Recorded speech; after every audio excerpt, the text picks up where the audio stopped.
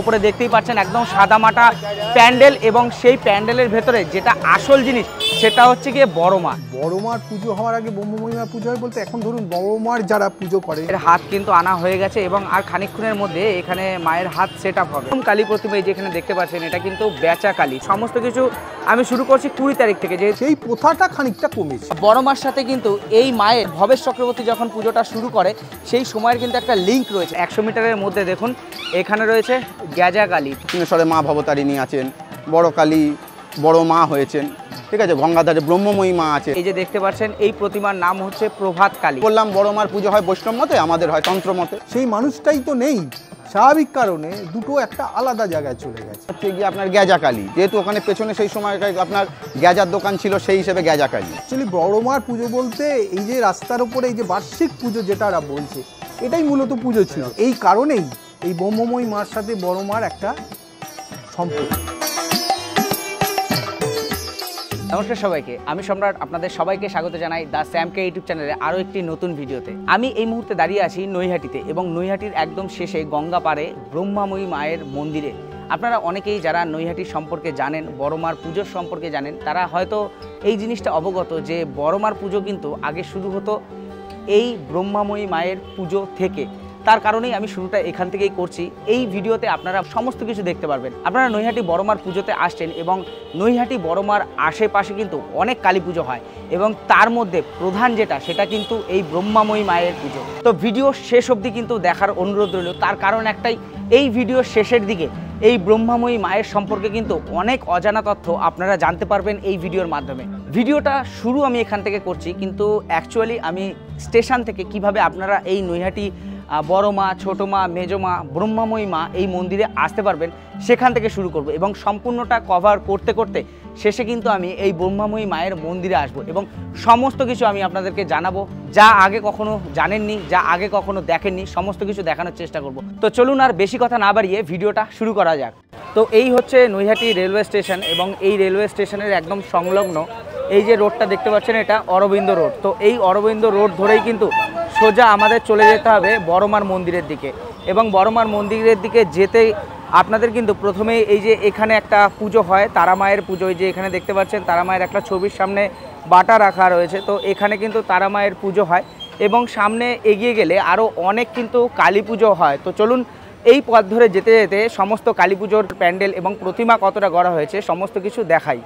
আপনারা অনেকেই জানেন বড় মায়ের মন্দির কিন্তু নৈহাটি রেলওয়ে স্টেশনের থেকে একদমই কাছে, মাত্র 2 থেকে 3 মিনিটের হাঁটা পথে আপনারা একদম মন্দিরের কাছে পৌঁছে যাবেন। তো এই রাস্তা ধরে আমি সোজা চলে আসলাম এবং সবার প্রথম যে কালী প্রতিমা আমি দেখতে পাচ্ছি, তো এখানে কিন্তু ম্যাক্সিমাম যারা রয়েছে ব্যবসায়িক মানুষজন, তো তারাই কিন্তু অ্যাকচুয়াল এই রাস্তায় যত কালী পুজো হচ্ছে সমস্তটাই করে। তো প্রথম কালী প্রতিমা এই যেখানে দেখতে পাচ্ছেন এটা কিন্তু বেচা কালী। তো এই কালী প্রতিমার নাম বেচা কালী। তো এই প্রতিমার হাইট কিন্তু 20 ফুট। আপনারা সবাই জানেন যে নৈহাটি বড়মার যে হাইট সেটা হচ্ছে 22 ফুট, আর এই বেচাকালী প্রতিমার হাইট কিন্তু 20 ফুট। তো চলুন সামনে আরও অনেক প্রতিমা গড়া হচ্ছে, সমস্ত কিছু এক এক করে আপনাদের দেখাই। তো সামনে বেচাকালী প্রতিমা আপনাদেরকে দেখালাম, আর 100 মিটারের মধ্যে দেখুন এখানে রয়েছে গেজা কালী। তো এই প্রতিমার নাম তারা যেটা বলে সেটা হচ্ছে গেজা কালী। তো এই প্রতিমারও কিন্তু অনেকটাই কিন্তু কাজ হয়ে গেছে, মাটির কাজ। তো এরপরে মাটি শোকাবে, তারপরে কিন্তু প্রতিমার আশা করি কালার হবে। তো এই 100 ফুটের মধ্যে দেখতে পাচ্ছেন আরেকটি কালী প্রতিমা এবং এই প্রতিমারও হাইট প্রায় 20 ফুট, আর সবথেকে বেশি যেই হাইট সেটা হচ্ছে বড়মার, অবশ্যই 22 ফুট।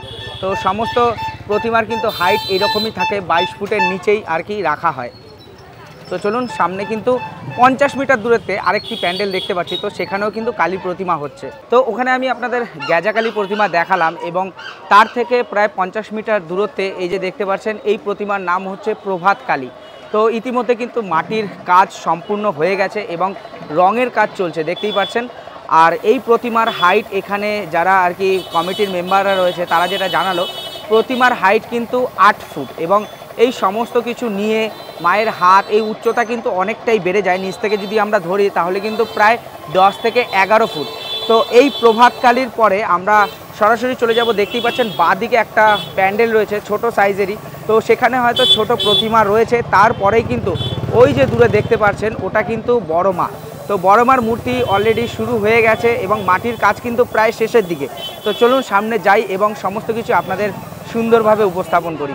কালী পুজো আর মাত্র মাঝে 3 দিন বাকি রয়েছে। তো 3 দিন পরেই কিন্তু কালী পুজোর ধুমধাম শুরু হয়ে যাবে।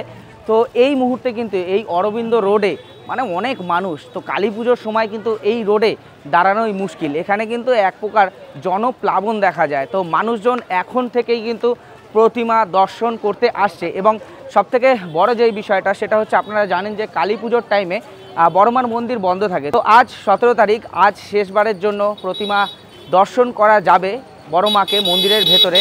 তারপরে কিন্তু মন্দির অর্থাৎ 18 তারিখ কাল কিন্তু মন্দির সম্পূর্ণরূপে বন্ধ থাকবে দর্শনার্থীদের জন্য। নিত্য পুজো হবে বড় মার মন্দিরের ভেতরে, কিন্তু দর্শনার্থীদের জন্য কিন্তু বন্ধ থাকবে। তো ওখানে বড় মার মূর্তি গড়া হচ্ছে এবং তার আগে যেটা আমি দেখাতে চেয়েছিলাম, এই যে এখানে যে প্যান্ডেলটা আমি একটু এড়িয়ে চলে গেছিলাম, তার কারণ একটাই, প্রতিমার কাজ কিন্তু এখনও শুরু হয়নি। তো এখানে বড় মার পাশেই কিন্তু রয়েছে ছোটো মা। তো এখানেই ছোটো মার পুজো হবে এবং এই যে ক্লাবে, এটা কিন্তু 5 স্টার ক্লাব। তো 5 স্টার ক্লাবের একদম সামনেই রয়েছে বড় মা। তো এই যে দেখতে পাচ্ছেন বড় মার এখানে কিন্তু অনেক ভিড় জমে গেছে এখনই।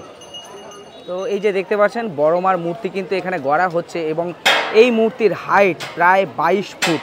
তো ইতিমধ্যে কিন্তু মাটির শেষ পজিশনের কাজ চলছে, দেখতে পাচ্ছেন এখানে কিন্তু তারা মাটির প্রতিমার উপরে প্রলেপ দিচ্ছে আর কি, সুন্দরভাবে যাতে ফিনিশিংটা হয়। তো সেই কারণে শেষ পজিশনের কাজ চলছে মাটির এবং প্রতিমার মুখমণ্ডল এখান থেকে ভালোভাবে দেখা যাচ্ছে না। আমি একটু ওপাশ থেকে আপনাদেরকে দেখাবো। তো ওই পাশে যাই, তারপরে আবার আপনাদের প্রতিমার মুখমণ্ডলটা দেখানোর চেষ্টা করছি। তো এখান থেকে মোটামুটি প্রতিমার মুখটা দেখা যাচ্ছে। তো আমি একটু জুম করে আপনাদেরকে দেখাবো। দেখুন, তো বড় মার মুখমণ্ডল কিন্তু অলরেডি কমপ্লিট হয়ে গেছে, মুখটা শোকাবে, তারপরেই হয়তো রং শুরু হবে এবং মায়ের সম্পূর্ণ কাজই মোটামুটি কমপ্লিট। দেখতে পাচ্ছেন হাতের যে কবজিগুলো, তো সেগুলো মোটামুটি বাকি রয়েছে। আর বাদবাকি যে সমস্ত জিনিস, মাতৃ প্রতিমা যেহেতু রেডি হয়ে গেছে, এবার মায়ের যে মাটির যে আবরণ, তো সেই আবরণের উপরে মাটির প্রলেপ দিচ্ছে, দেখতে পাচ্ছেন। তো এইটুকুনি হয়ে যাওয়ার পরে হয়তো শুকানোর জন্য রাখবে, তারপরে কিন্তু কালার শুরু হবে। তো বড়মার মূর্তির সামনে আমি কিছু নোটিশ বোর্ড দেখতে পাচ্ছি, যেটা আমি আপনাদেরকে একটু দেখাই। এখানে কিন্তু এই যে লেখা আছে চেলি কাপড়, সুতো ও অন্যান্য কোনো প্রকার সামগ্রিক ব্যারিগেটে বাঁধবেন না। তো এই যে এই ব্যারিগেট দেখতে পাচ্ছেন, এই ব্যারিগেটটা অ্যাকচুয়ালি দেওয়া হয়েছে মানুষ যাতে এইদিকে হুড়োমুড়ি করে না আসে এবং কাজে যেন কোনো ব্যাঘাত না ঘটে, তার কারণে কিন্তু এই ব্যারিগেটটা দেওয়া হয়েছে। তো অনেকে কি করে, চেরি কাপড় এখানে কিন্তু বেঁধে দিয়ে যায় মায়ের সামনে। তো সেটা একদমই করা যাবে না, একদম নিষিদ্ধ রয়েছে। এবং আরও কিছু লেখা রয়েছে, আমি আপনাদের এক এক করে একটু দেখাই। এখানে লেখা আছে অনুগ্রহ করে ধূপকাঠি ও মোমবাতি এখানে জ্বালাবেন না। তো সেটা থাকে অ্যাকচুয়ালি। তারপরে প্রণামী বক্সে ফেলুন অথবা বড় মার অ্যাকাউন্টে সরাসরি পাঠাবেন। তো এই জিনিসগুলো কিন্তু সমস্ত কিছু লেখা আছে এবং এটা কিন্তু অমান্য করলে জরিমানা হতে পারে। তো সেটাই এখানে লেখা রয়েছে, দেখতে পাচ্ছেন। আর বড় মার মূর্তির সামনে দেখুন মানুষ, দেখুন এখনই এত মানুষ, তাহলে কালী পুজোর সময় কি হারে মানুষ যে হতে পারে তা আপনারা কল্পনা করতেই পারছেন এখান থেকে। তো এই বড় মার মূর্তির সামনে এবছর এটা নতুন করছে তারা, জানি না, আপনারা এই কমেন্টসে জানাবেন কোনটা ঠিক কোনটা বেঠিক। এখান দিয়ে কিন্তু আয়রনের রেলিং দেওয়া হচ্ছে, এটা কিন্তু এর আগে কখনোই হয়নি। তো এখানে আপনারা সাধারণত জানেন যে বাঁশের ব্যারিগেট থাকে, তো সেই ব্যারিগেটের পাশে কিন্তু দেখতে পাচ্ছেন আয়রনের এই যে ঝালাই করার জন্য জিনিসপত্র আনা হয়েছে, আয়রনই ঝালাই হবে। এবং এটা এখান থেকে যেটা জানতে পারলাম যে এটা কিন্তু ভিআইপিদের জন্য হতে চলেছে। যাই হোক, জানি না কতটা কি ঠিক। ভিআইপিদের জন্য যদি হয় তাহলে এই পাশটা কিন্তু সাধারণ দর্শনার্থীদের জন্য হবে। এবং এটা আমরা প্রতি বছরই দেখি যে বড় মার সামনে কিন্তু অনেকেই, এপাশে গঙ্গা রয়েছে, আপনারা জানেন গঙ্গা থেকে দণ্ডি কেটে কিন্তু বড় মার সামনে আসে এবং পুজো দেয়, মায়ের কাছে তাদের কাকুতি মিনতি জানায়। তো সেই জিনিসটা জানি না লোহার রেলিংয়ের পরে কতটা কি সম্ভব হবে। আর যদি আমরা রাস্তার দিকে তাকাই তাহলে কিন্তু রাস্তাটা অনেকটাই চওড়া, কিন্তু বড় মার পুজো যখন হয় তখন কিন্তু রাস্তার অনেকটাই অংশ বড় মার মূর্তিতে কভার হয়ে যায় এবং বড় মার সামনে যে এই যে অংশটা দেখতে পাচ্ছেন, এই অংশতে কিন্তু অনেকটাই জায়গা চলে যায় এবং তারপরে রাস্তার অর্ধেক অংশ কিন্তু থাকে না। তো সেখানে এতটা সংকীর্ণ রাস্তা, তার উপরে এইরকম রেলিং দেওয়া হচ্ছে, তো জায়গা একটু শর্ট হয়ে যাচ্ছে, তার কারণে কিন্তু অনেকটাই ভিড় হয়। আর বড় মার মন্দিরে যে দেখতে পাচ্ছেন এখন কিন্তু এই মুহূর্তে খোলা রয়েছে। দুর্গাপুজোয়, কালী পুজোয় মানুষজন কিন্তু এখন যেটা সব থেকে বেশি দেখে সেটা হচ্ছে গিয়ে প্যান্ডেল। তো পুজোর প্যান্ডেল কতটা উঁচু হলো, কতটা সুন্দর হলো, তো সেই জিনিস নিয়েই মানুষজন এখন মাতামাতি করে। তো সেই জিনিসটাকে বাদ দিয়ে আমরা যদি প্যান্ডেলের ভেতরে প্রতিমা দেখতে যাই তো বেশিক্ষণ দাঁড়াতে পারি না এবং প্রতিমাকে কিন্তু সুন্দরভাবে দর্শনও করতে পারি না। কিন্তু বড়মার এখানে কিন্তু প্যান্ডেলের কোনো ব্যাপার নেই, আপনারা উপরে দেখতেই পাচ্ছেন একদম সাদামাটা প্যান্ডেল, এবং সেই প্যান্ডেলের ভেতরে যেটা আসল জিনিস সেটা হচ্ছে গিয়ে বড়মা। তো বড়মাকে কিন্তু দেখার জন্যই লক্ষ লক্ষ মানুষ কালী পুজোর সময় ভিড় জমায় এই নৈহাটি বড়মার মন্দিরের সামনে। আর প্রতিমার দিকে যদি বেশ খানিকক্ষণ তাকিয়ে থাকা যায় তাহলে কিন্তু চোখ দিয়ে অটোমেটিক জল বেরিয়ে যায়। অনেক ভক্তরা আপনারা দেখেছেন অনেক ভিডিওতে বড়মার দিকে তাকিয়ে কেন জানি না তাদের মনের ভেতরে যে কষ্ট দুঃখ সমস্ত কিছু বেরিয়ে যায়। তো আপনারাও আসুন কালী পুজোর সময় এই অরবিন্দ রোডে কিন্তু বড়মার সাথে সাথে মেজো মা, ছোটো মা, সামনে রয়েছে ব্রহ্মাময়ী কালী, তো পুরনো কিন্তু কালী প্রতিমা সেটাও। তো সেই মন্দিরের ভিডিও আমি সেপারেটলি আমার চ্যানেলে রয়েছে, আপনাদের যদি প্রয়োজন হয় তাহলে কিন্তু সেই জিনিসটাও আপনারা দেখে নিতে পারেন। গত বছর আমি এই বড়মার লাইন দিয়ে কিন্তু বড়মা, ছোটো মা, মেজো মা, ব্রহ্মাময়ী মা তো সমস্ত কিছু কভার করেছি এই নৈহাটি অরবিন্দ রোডে। তো সেই জিনিসটা আপনারা সেই ভিডিওতে সম্পূর্ণ দেখতে পাবেন। সমস্ত দিক দিয়েই আমি বড়মাকে দেখানোর চেষ্টা করছি। দেখুন আমি এবার ডান দিকে চলে এসেছি বড়মার, তো ডান দিক থেকে আমি আপনাদেরকে একটু জুম করে দেখাবো। তো বড়মার মুখটা কিন্তু চারিদিক দিয়ে দেখতে দারুণ সুন্দর লাগে, সামনে দিয়ে হোক, বাঁ দিক থেকে হোক, ডান দিক থেকে হোক, তো যেদিক দিয়ে আপনি তাকাবেন বড়মার যে মুখের আভা সেই জিনিসটা কিন্তু আপনার মনে গেঁথে যাবে। তো সেই জিনিসটাই আমি এখন আপনাদেরকে দেখানোর চেষ্টা করছি। প্রতিমার কালার এখনো হয়নি কিন্তু মুখের শেপ কিন্তু চলে এসছে। আপনারা জানেন যে বড়মার যে মুখের শেপ সেটা প্রতি বছর একই থাকে এবং যে শিল্পী প্রতি বছর এই প্রতিমাকে বানায় তো তিনি কিন্তু পাল মশাই নয়, তিনি একজন সাদামাটা বাঙালি মানুষ। আমি আগের ভিডিওতে আপনাদেরকে বলেছিলাম যে এই প্রতিমাকে কিন্তু যারা গড়ে তারা কিন্তু পাল মশাই নয়। আপনারা জানেন যে প্রতিমা গড়া হয় পালেদের হাত ধরে, তো এখানে পাল নয়, এখানে রয়েছেন রাজু সরকার। তো তিনি কিন্তু প্রতি বছর প্রতিমা গড়ে আসছেন, তার বাবা তার পূর্বপুরুষরাও কিন্তু এই প্রতিমাকে গড়ত, তার কারণে বংশ পরম্পরায় তিনিও কিন্তু এই প্রতিমার কাজ সম্পূর্ণ করে চলছেন বছরের পর বছর ধরে। বড়মার মূর্তি গড়া হচ্ছে এবং আশেপাশে কিন্তু বড়মার মন্দির কর্তৃপক্ষ থেকে কিন্তু বিভিন্ন নোটিশ টানিয়ে দিয়েছে। তো আমি এক এক করে সমস্ত নোটিশ আপনাদেরকে দেখাবো, তাহলে আপনারাও অবগত হয়ে যাবেন যে পুজোর সম্পর্কে, কখন কি পুজো হচ্ছে সমস্ত কিছু।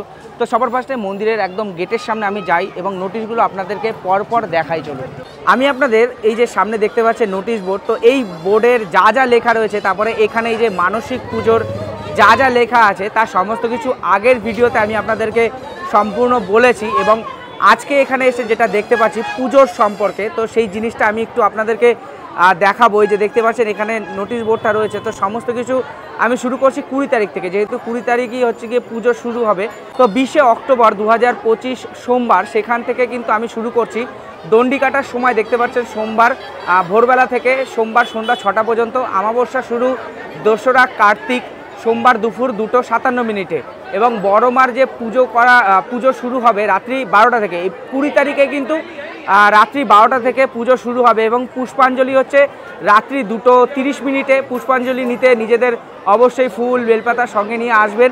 অঞ্জলি শেষে ভোগ প্রসাদ বিতরণ হবে এবং ভোগ প্রসাদ বিতরণের স্থান হচ্ছে সুষমা অ্যাপার্টমেন্ট, শ্যাম রোড। তো মন্দিরের ঠিক বাদিকেই সেই রোডটা ও জগৎবন্ধু মোড় সংলগ্ন পুকুর পাড়।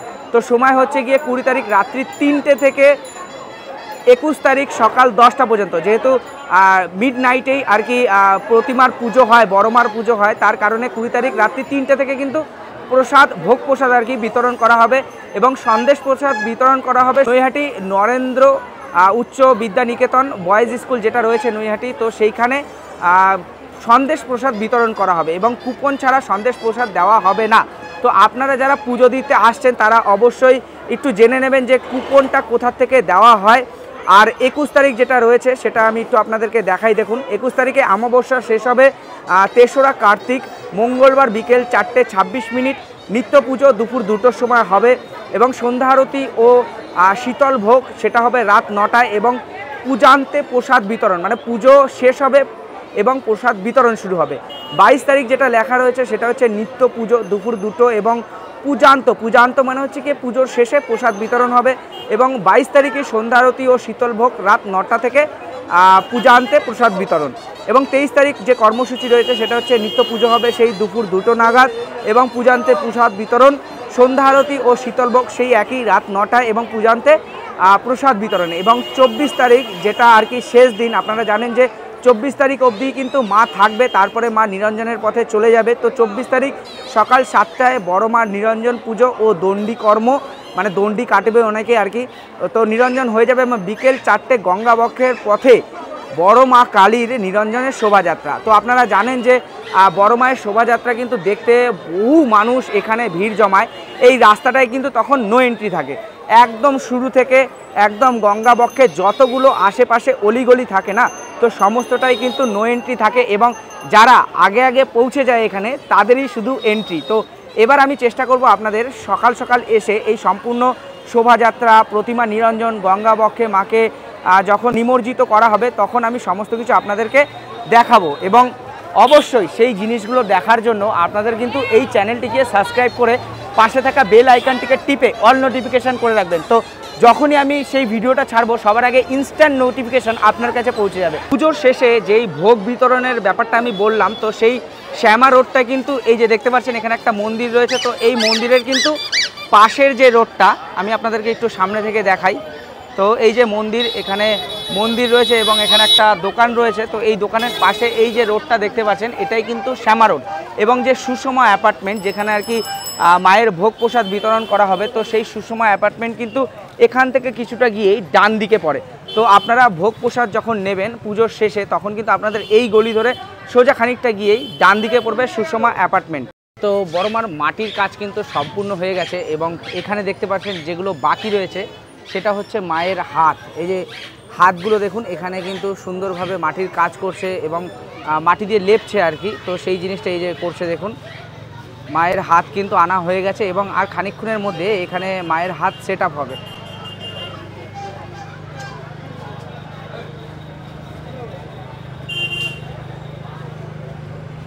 তো যাই হোক, সম্পূর্ণ প্রতিমা হতে আজকের মধ্যেই আর কি সম্পূর্ণ মাটির কাজ হয়ে যাবে।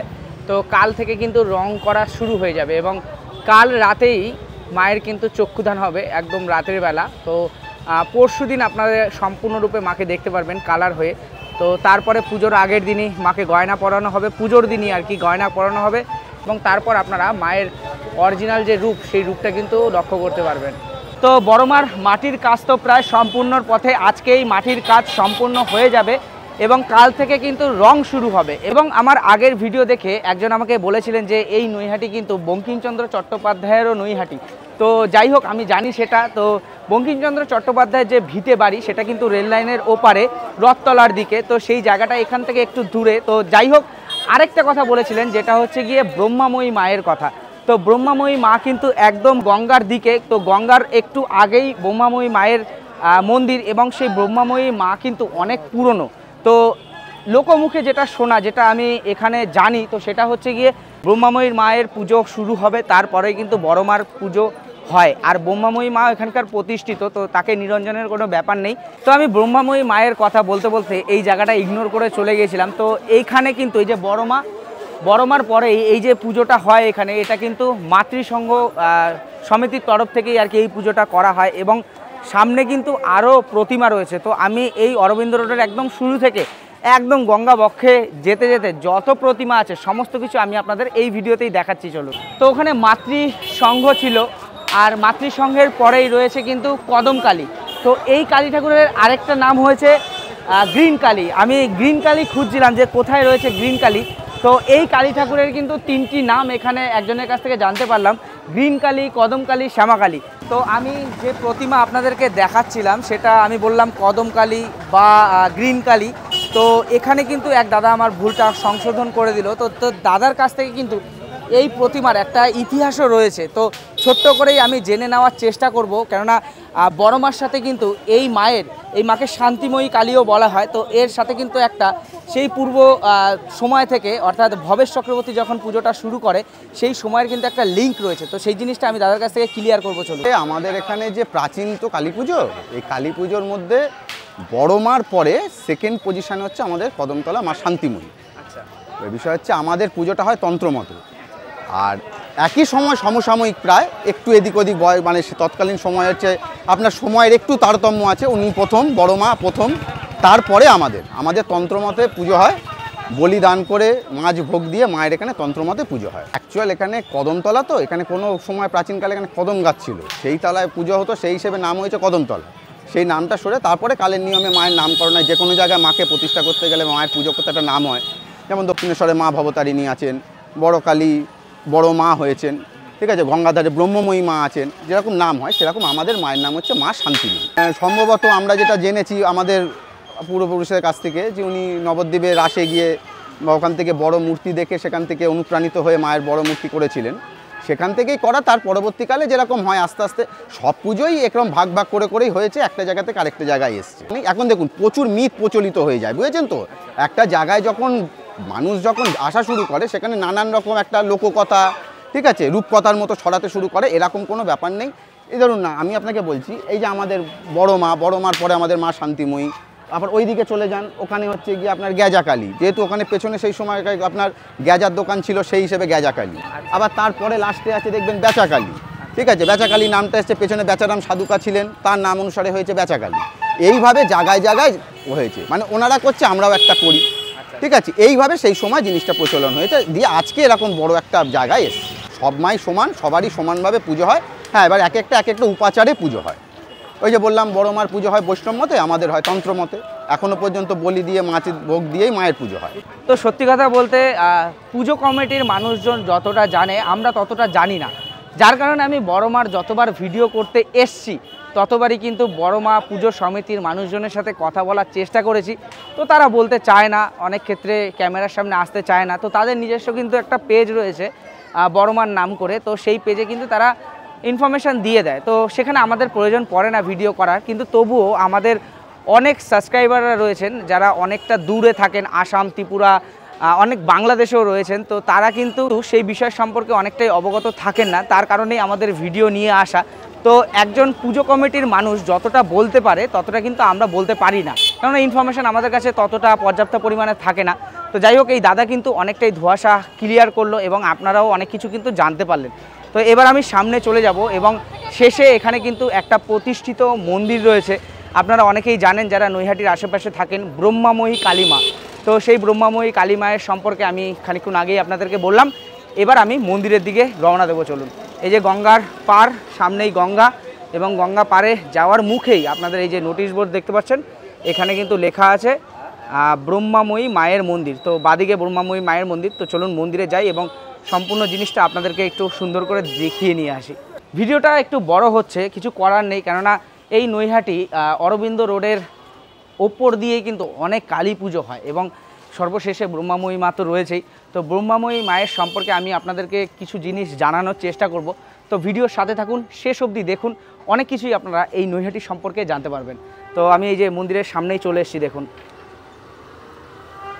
তো এই যে দেখতে পাচ্ছেন, এটাই কিন্তু ব্রহ্মাময়ী মায়ের মন্দির এবং একটা ছোট্ট মূর্তি। তো সেই মূর্তিতেই কিন্তু মাকে ব্রহ্মরূপে পুজো করা হয়, এই যে দেখতে পাচ্ছেন। তো এই যে মায়ের মূর্তির সামনেই।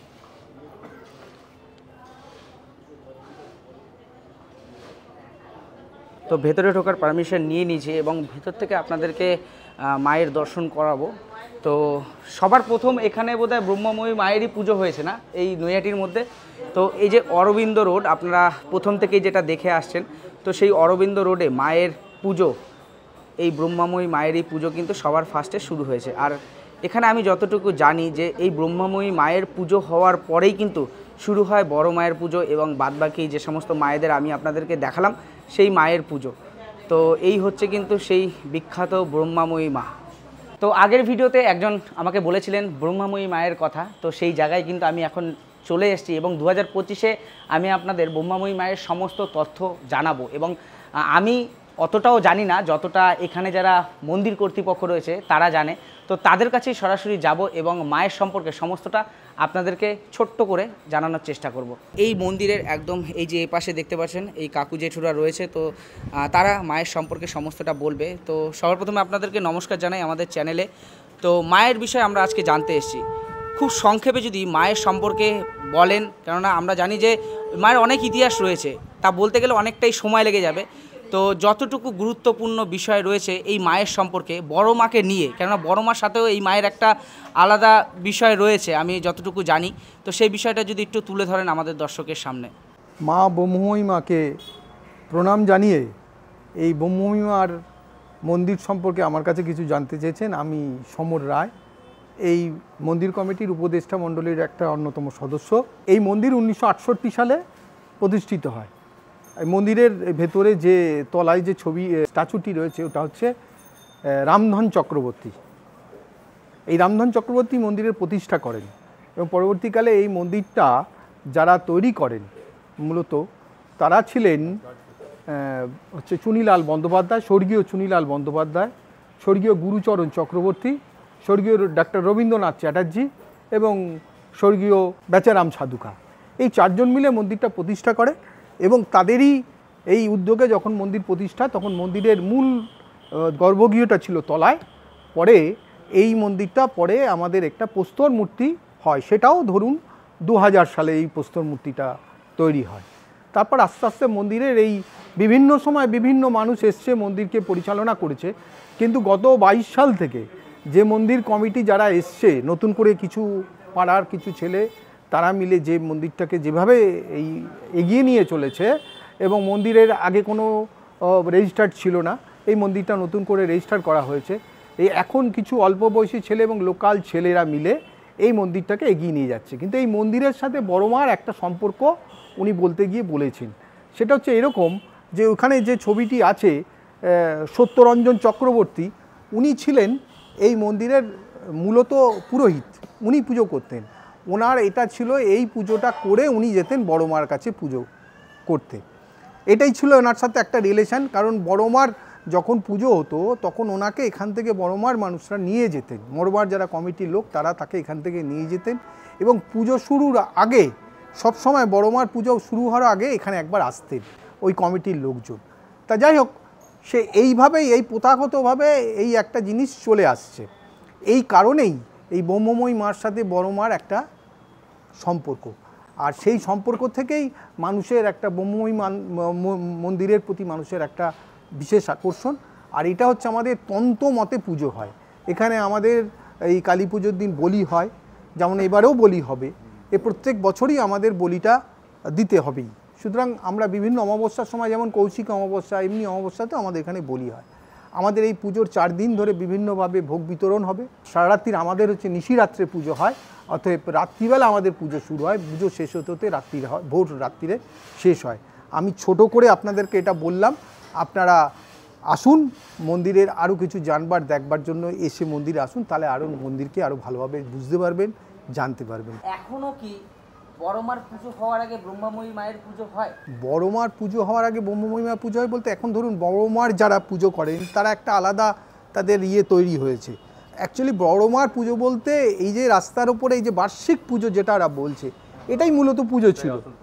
আচ্ছা 23 সালে এই যে প্রস্তর মূর্তিটা উদ্বোধন হয়, এই 23 সালের পর থেকে মন্দিরের পুজো, তার আগে একটা ফটোতে পুজো হতো, ফটোতে একটা পুজো হতো, তখন এই আমাদের সত্যরঞ্জন চক্রবর্তী পুজো করতেন।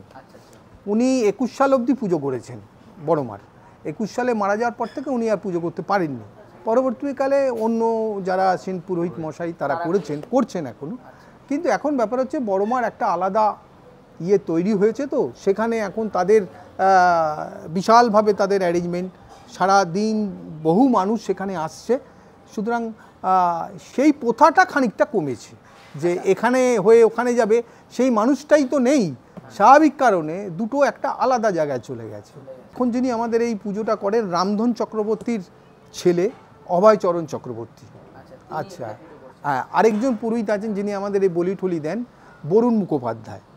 আর আমাদের নিত্য পুজোর জন্য 5 জন ঠাকুর রেগুলার থাকে, শম্ভু ভট্টাচার্য, গোপাল ভট্টাচার্য, তারপর হচ্ছে গোবিন্দ ভট্টাচার্য, পার্থ ভট্টাচার্য, জয়প্রিয় ব্যানার্জি, প্রত্যেক দিন এরা এই পুজোটা চালায়। ঠিক আছে কাকু, অসংখ্য ধন্যবাদ এত কিছু জানানোর জন্য। অনেক দর্শকেরই এই কৌতূহলটা ছিল যে ব্রহ্মাময়ী মায়ের সম্পর্কে জানার, তো সেই জিনিসটা আপনি ক্লিয়ার করলেন, অসংখ্য ধন্যবাদ আপনাকে। নমস্কার। তো ভিডিওটা আমি এখান থেকেই শুরু করেছিলাম এবং শেষটাও আমি এখানেই করব।